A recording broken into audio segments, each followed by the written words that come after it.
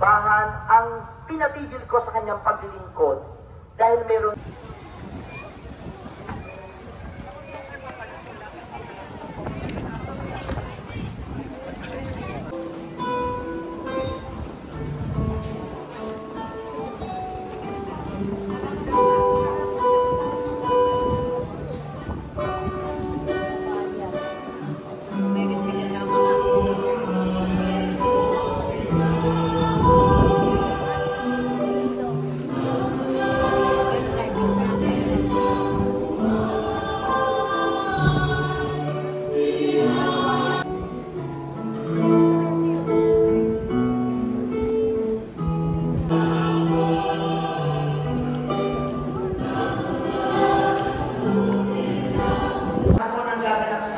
ay magagaling po sa ating parokya. Ating po mga leaders, commentator, Antonio de Padua. Hindi kaya po kayo na sumama po tayo.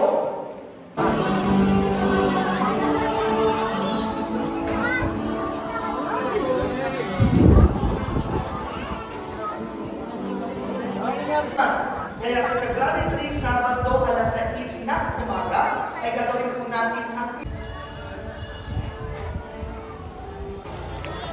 sa ating mga komre at mga LM Holy Communion na hindi makakasama ngayon sa renewal, gawin natin kapag kayo na ang magre-renewal at para din yung anak.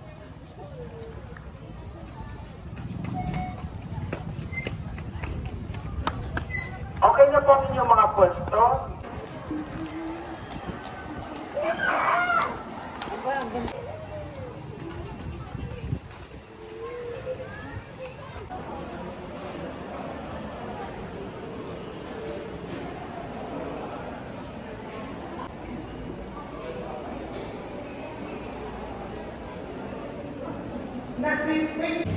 Ilang mga bago po, ano ho?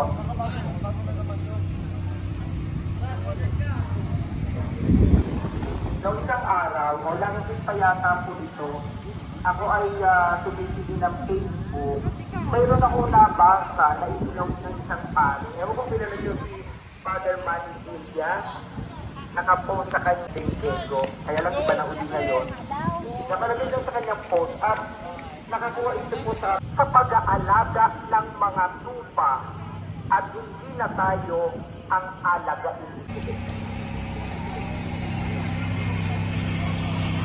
Ito po.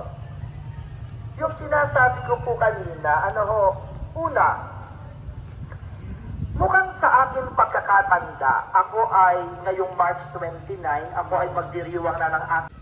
Ayun, terminate, Tatay Nick, terminate na kayo. Ano, parang hindi ko yung kayang sabihin. Asalang nagawa ng isang lingkod simbahan, una ito'y mayroong dahilan. Mayroon itong dahilan. Ang hinihintay ko ay makipag-usap. Gusto mong bumalik, makipag-usap ka muna. Sabi ko nga kanina, anong malay ko kung anong nangyari sa mga panahon, ikaw ay muli na naglilingkod. Napakadali ng hindi na ako. At sana po, katulong ko muli ang mga liturgical heads. Mag-uusap po kami kasi panibagong taon na ito, titignan natin kung kumustahin natin. O baka kailangan na din na humanap sila ng kanilang iba pang makakaagapay. Titignan po natin yan, depende po sa ating pakikipag-usap. Ngayon, muli kayong manunumpa at kasama po sa inyong susunod na magiging magalang at pasunurin sa obispo at sa iyong isabuhay nyo yan, ha? Naniniwala ako na wala namang mabigat na dahilan at hindi kayo iniligaw ng inyong mga kura, paroko. Bakit nagtatampo? Hindi masunod. At ang iba ayaw nang pupunahin. Paano mo ba naman? Tingnan nyo, itong sample na ito halimbawa, ito itinuro na natin. Pag kayo ang pinabasa ng pamisa, sabihin nyo lamang, isama po natin sa ating mga panalangin ang pasasalamat nila.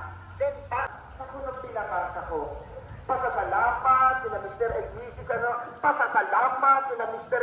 Walang magtanong. Kung kayo nahihiya po magtanong sa akin, pagtanong sa mga mas matatagal na sa inyo, bumabasa ng